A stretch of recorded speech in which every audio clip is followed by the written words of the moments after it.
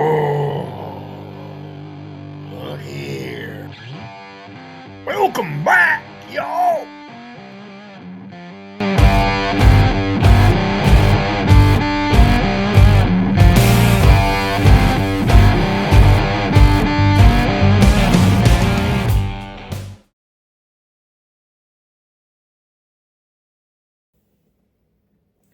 Welcome back to Neil RC, guys. Thanks again for stopping by and hanging out with us. I do appreciate it.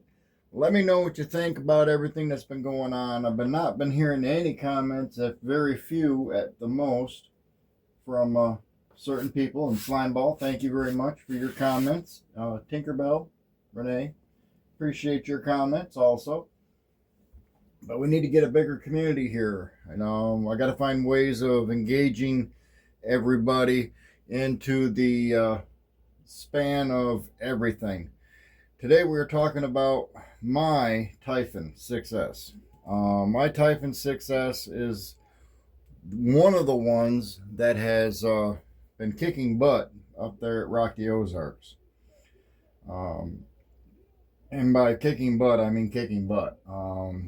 It's really been putting a shine on that place up there with getting first place trophies. It's almost to the point where I almost want to pull this away from all that and possibly go with another route or another vehicle and see if I can't push myself to the limits of bringing that something different into that racing and long jumping. I hate to do it, but I'm thinking about it, giving some other people a chance to win the trophies and whatnot. I mean, I can't be doing it year after year after year. I mean, this is now the third year in a row that I have gone up there with the fullest intent of bringing home first place and done it. I need to reevaluate my purpose.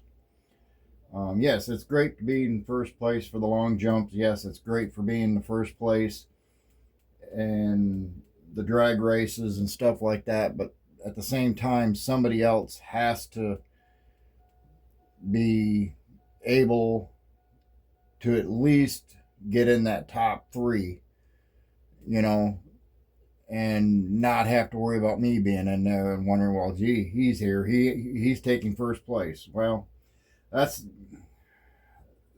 making it hard for them to want to compete. So I'm seriously thinking about retiring the Typhon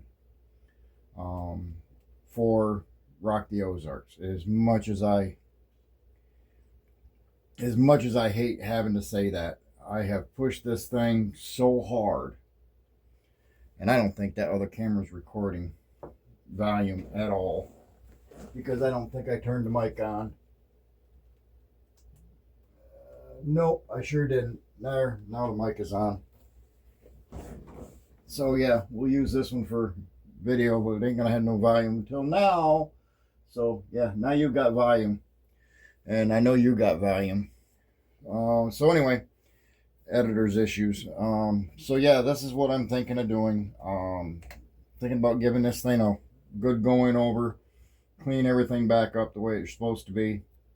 Maybe dismantling it completely and redoing it. But this is what I'm going to show you on today, is the Typhon. It is an Armora vehicle. Paid very good money for this. It was like $749 before taxes. Just so that we're all aware, I will find one in Amazon, because that's the only link I've got. I don't have a physical Amazon affiliate page anymore.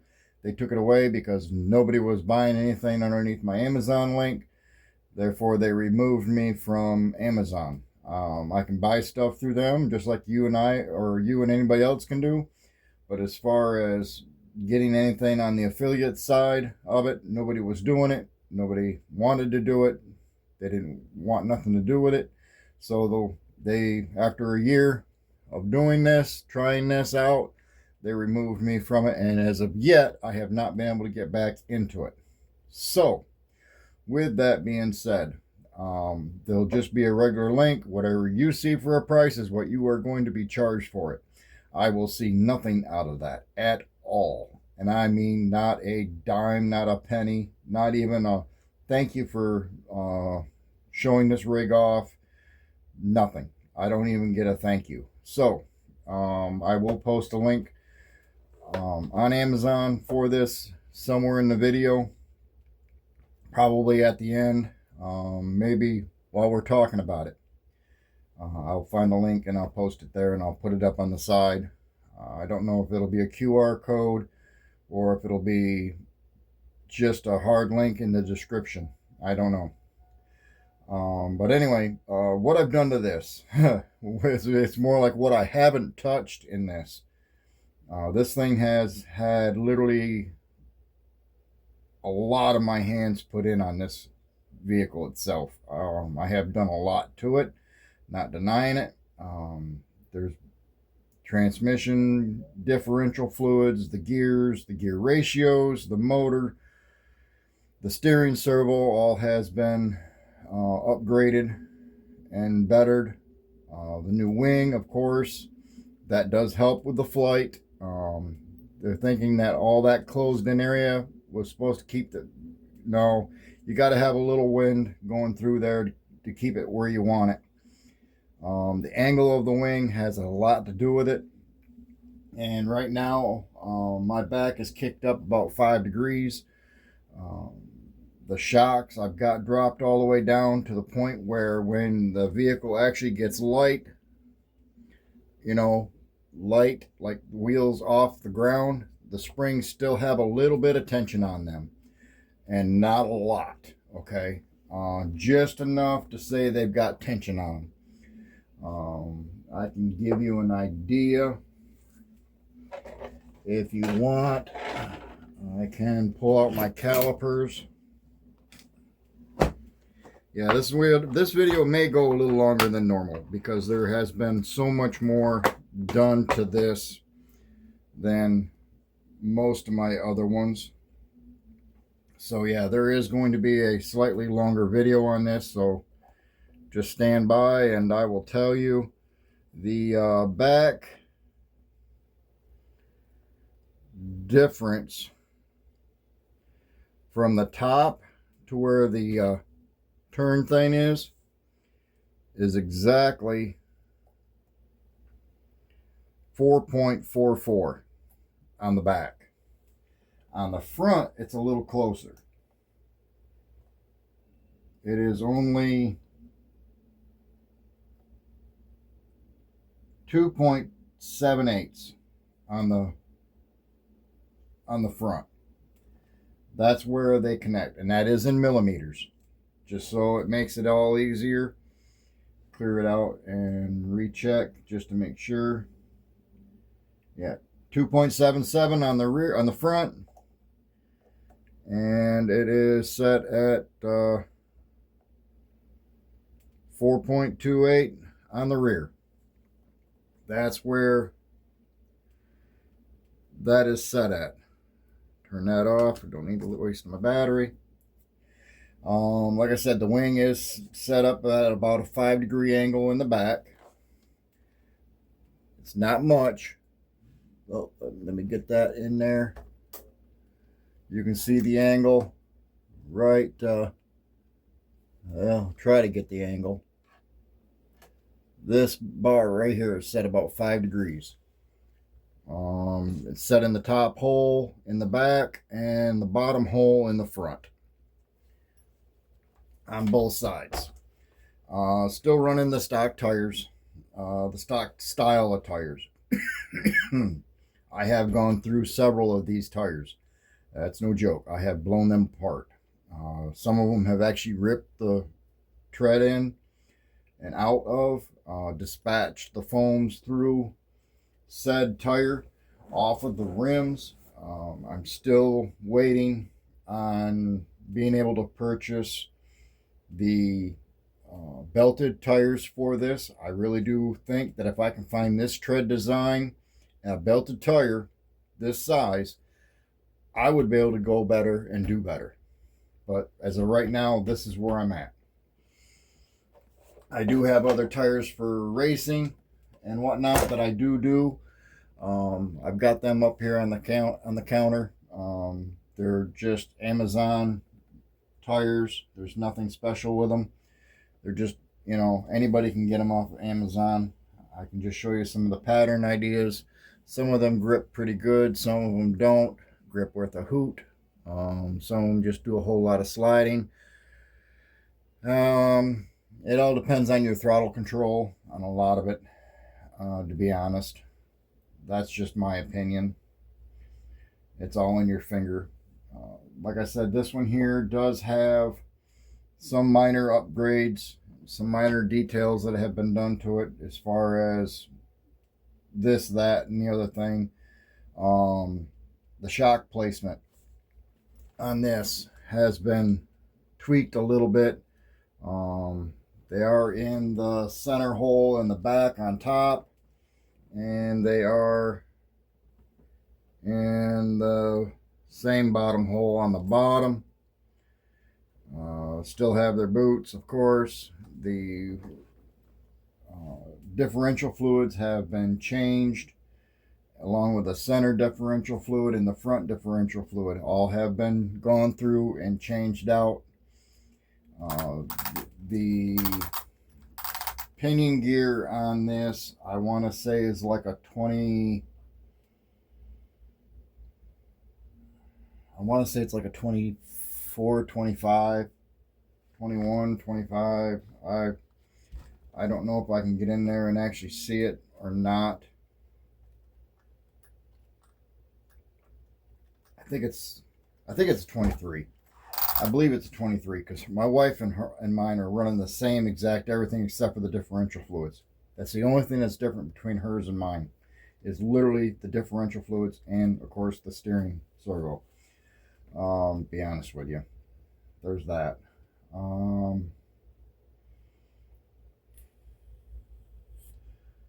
Let's see. This up here in the front, if you have not noticed, I have white lettering on this. This actually comes from the stock version. If you actually take that plate, pull it off, turn it over, flip it on, you'll also have that white lettering facing forward. What this does is it pitches the front end forward just slightly.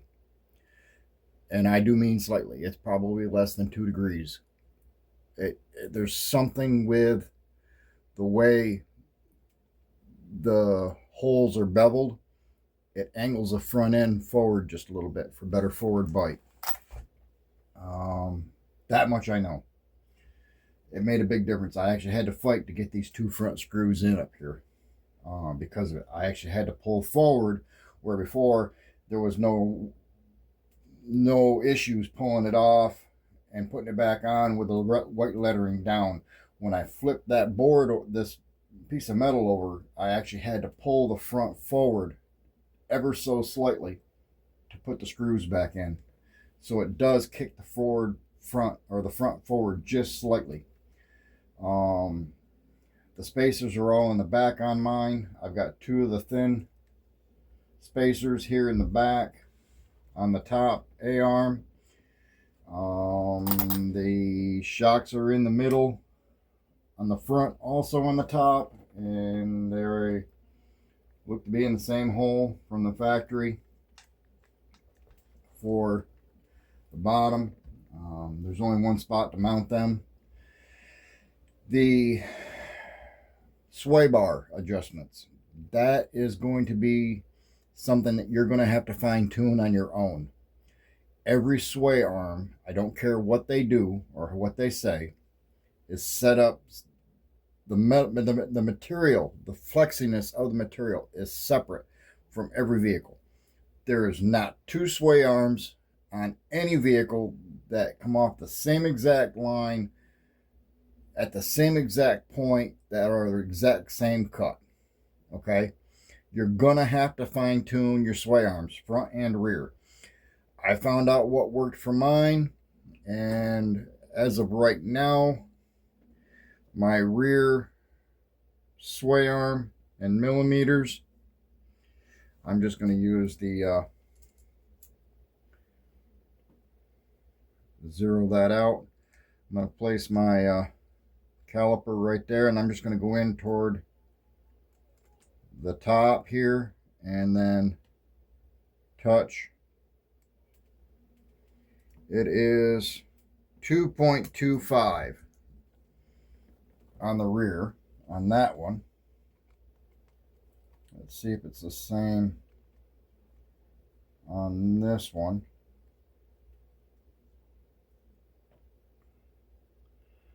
2.50 on that one. So on the driver's side it's 2.5. On the passenger side it's 2.25 on the rear. That all has to do with my driving style, honestly, guys.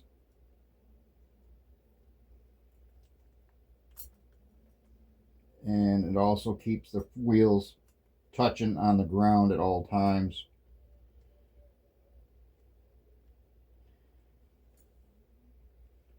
I know that's not right.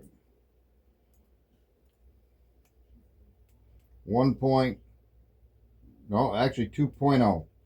on the fronts.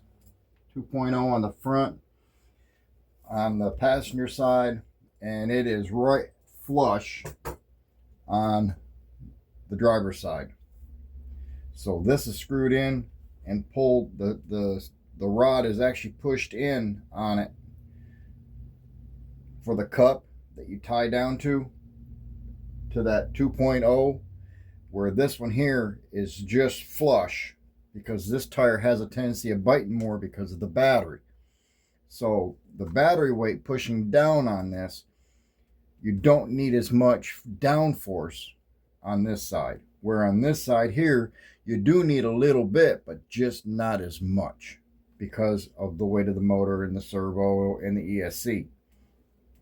Okay, there, like I said, there is a method to my madness on this, and that's where I've had it set, and it seems to be working out just fine.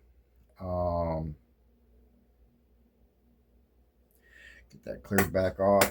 There's that idea. Now, bearings are complete, gone through. My wife's just got a whole new rear set of bearings and C-hub cups for hers in the rear, and bearings on hers. I did clean hers up pretty good this last year. It needed it. She had a rear bearing on, I believe it was the passenger side, that locked right up on her this year up there, so that wasn't a good show. Excuse me while I take a sip of my hot coffee. But yeah, as you can see, it is definitely a dirty girl. You know, it does get used and abused. I have landed many times with this being the first thing that hits in the ground. Unfortunately, because of the long jump, that is a killer on jumps with this. I mean, it just does so well. I just wish I could get that more perfect angle, you know, going through the air more like this than like this, or like this, or in this case like this, which I did a lot of this last year. I had a 6S battery go out on me, so I couldn't make a second attempt, even though I paid for it. I wanted to make sure that I had the best chance I had, and the first jump that I had was the best jump I was going to get. The battery pootered out on me, so this year I've got to buy 2, at minimum, 6S batteries, 120C discharge. I also need to do some other gearing options. I think I can go bigger on the pinion. I want to hit that 90-foot jump before I call it quits. I really do. I think 90 feet with the Typhon and a 6S capability will do very, very well. As you can see, the suspension on this thing is absolutely phenomenal. I think I believe it's like 20 weight all the way around on the shock oil. The same cups, the same plungers that came from it stock. I have not changed any of that yet. The servo, on the other hand, I have changed out a couple of different times. I end up going with the Flash Hobby metal case aluminum, 45 kg. Just slapped the Spectrum horn right back on it. Seemed to do really well in control.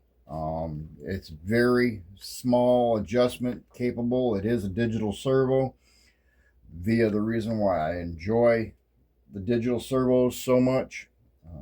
That's just me on that one, but I think there's a lot of people out there that are going more digital than analog. And yes, as you can hear,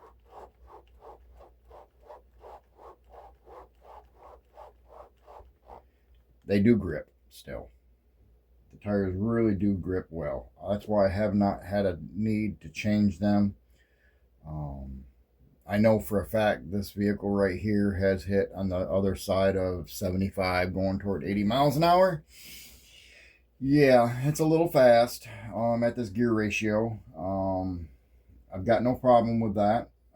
I've got the differentials tuned in now to where it's actually putting that traction that it needs to the ground. Loving that altogether. Very happy with it. Very happy. I wish there was more that I could do to make it better. I just don't know of anything at the top of my head that I would actually change, because I have not had many issues with the Armora brands. I'm just honest. The servos are the weakest point. The ESC seems to work really good. It's got a good strong fan on it. It's a big fan. That fan, if I'm not mistaken, I want to say it's like yeah, it's a 40 millimeter fan, thereabouts. It may even go down as far as a 38. The hole itself is a 30 millimeter hole where the fan gets to blow air in or out. That's a cool factor. Other than that, it does still have the little packs here for them to keep the current more consistent. I can fit one of my 6S battery packs in here, and that's where I'm going to go again this year with it. If I decide to take it to Rock the Ozarks for that long jump, I really would like to continue with trying to hit that 90-foot mark. But at the same time, there's still people that are trying to beat my mark, okay, with all kinds of vehicles. And I mean it. They got them out there where they're trying to beat them with X-Maxes, Slashes, you name it. But when it comes right down to it, you need yourself a platform buggy or an X-Ray or a truggy even to be able to compete with that kind of jump. And you've got to have the experience behind the wheel to get it to just jump. It's just not aiming at the ramp center and just going for it. It's not all that. There's more to it. There's airtime hang that you can get from being nose up. You're going to create drag here, but at the same time, you're pushing the air back against it. You got to be more dead even. Yes, like I said, my 80 80 some foot jump that I did this last year, I think it was like 88 feet, was upside down. Literally, my rear end was leading the way. So there's practice I have to do on my end on that. I have to get more practice in keeping this thing nose forward. That is a fact. Let's see. What else can I talk about? Drive shafts are all still stock. I have not replaced any of them. The A-arms and all that are all still stock. I have not replaced any of that. I am going to go through this vehicle this spring and winter and get all this stuff cleaned up. My A-arms and whatnot, they all need to be gone through and scrubbed down and redone. Pull the wheels off and pull the electronics out best I can and go through this and literally get in there with a brush and clean everything up. It really does need it. There's probably 3-4 ounces there of just dirt that has gotten packed in there, and grass, and mud, and everything else. So there's that for you. But other than that, guys, that's really all there is to this.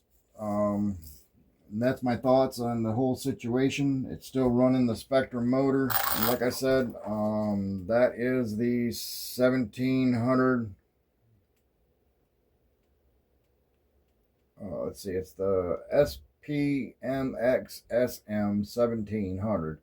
Firmware is the 2050 KV. Still running the Smart Tech ESC in it, and the only thing I've done is change the servo out. In all reality, that's what I've done. Not anything else. So there you go. There's the breakdown on what I've done to this. If you have any other further questions, don't hesitate to ask down below in the comments. I will be more than happy to answer them there. If there's a lot of questions about a particular vehicle or whatever, I will get into more detail on that on another video. I have no problem with that. That's what I'm here for. I'm here to grow the hobby. I'm here to make people enjoy the hobby more, give them a final breakdown of what it is with it. I have had this vehicle for quite a while now. I know of at least 3 years that I've had this and enjoyed every minute of it. And maybe even 4 years now. I've had it for quite a while. It's gone to Rock the Ozarks several times, and I'm enjoying taking it up there. There's plenty of room to run. If you guys have a chance to get up there for that event and spend the time up there for the weekend, it is well worth it. The people up there are absolutely phenomenal. I can't complain. There was 2 porta potties out by the campsite, which is in a huge field that has an awesome look at the morning sun and evening sunset.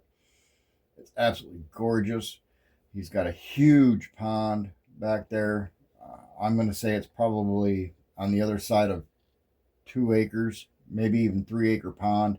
It's absolutely huge. It's gorgeous, absolutely gorgeous. They are planning on it being in September this year, not in November, which is going to be a big benefit. It won't be as chilly as it was in November. They're planning on it in the first part of September, if I'm not mistaken, which is going to be cool. Hopefully, if I'm not mistaken, I think it was right around the 23rd. I'll have to get you guys to go to, I guess, Rock the Ozarks Facebook page, and it'll all be there on their event. And pay attention to my Facebook page, because that's where I do post where I'm going and where I will be. There is also another opportunity I've been given going to another place for rock crawling only, I believe, and that is going to be RC Homesteaders. I will try and post his link to his YouTube down here. I haven't made up my mind for sure yet. I would love to get a chance to go there and hang out with the guy, do some rock crawling. As you can tell, I have been building a lot of rock crawlers here lately, working on them, stuff like that, just in case I do decide to go to that event. I do appreciate you all for coming around and hanging out. And like I said, if you have any questions at all about this particular vehicle, do not hesitate to get a hold of me, either here through YouTube in the comments. And if you follow me on Facebook, you can hit me up there. I'll do my best to explain it. If you have Messenger, that's even better, because I will actually get a hold of you individually. If that's what you want, we can talk this over and discuss things. I do have some things coming in the mail yet. Still waiting on certain things to get here. And when those get here, we'll do videos on them also. And I do appreciate you all for coming by. Thank you for coming by and hanging out with us here at Neil RC. This is the workbench. This is the next week's topic is the Typhon by Armora. And we are going to close this out. And like I said, I will do my best to find a link to their product down there, and it will be in the description. It'll be among the top. I'll actually put the link and then what it is underneath it. That way you guys can get a hold of it there. I will also put a link to the Flash Hobby Servo, because you are going to need that for this model. Something similar to it, whatever. It was a very inexpensive, I think it was like less than $50 for that servo, and it's worth every bit of that as far as I'm concerned. It was a very good servo for this. I liked it a lot. Handled very well, very sturdy, dead centers every time. I've not had any issues with that at all. So that's this topic for the day. Thank you for coming by, and appreciate you all for stopping in and saying hello. And keep watching the videos. Hit that subscribe button. If this is the third time, first time, second time you've been here to watch these videos and you're not yet subscribed, please subscribe. It helps me out. It gets more people out there watching the videos, and the sooner that I can hit that 1,000 followers, the sooner I can go live, so that when I do go to Rock the Ozarks or to whatever place I go to, I can actually go live and show you the event live, especially for those that can't go. That would be awesome. It'd give me a reason to step away from doing so much of the running part to a certain extent, but at the same time, I can set up a camera like I've got over here on the table on this other side, which is coming from you, set you up looking at the whole course, and get a video there. Or I can set the camera, the phone, the whole 9 yards up, and we can be doing videos that way too, which is nothing but a big bonus for everybody. So there you go. There's my pitch. There's my ideas that I have for the group, for my page. It's strictly RC related. There will be nothing else here but RC content. If you know people that like RC content and they're not following me, send them a link to my page. Be greatly appreciated. You all have a great day, and we'll catch you later.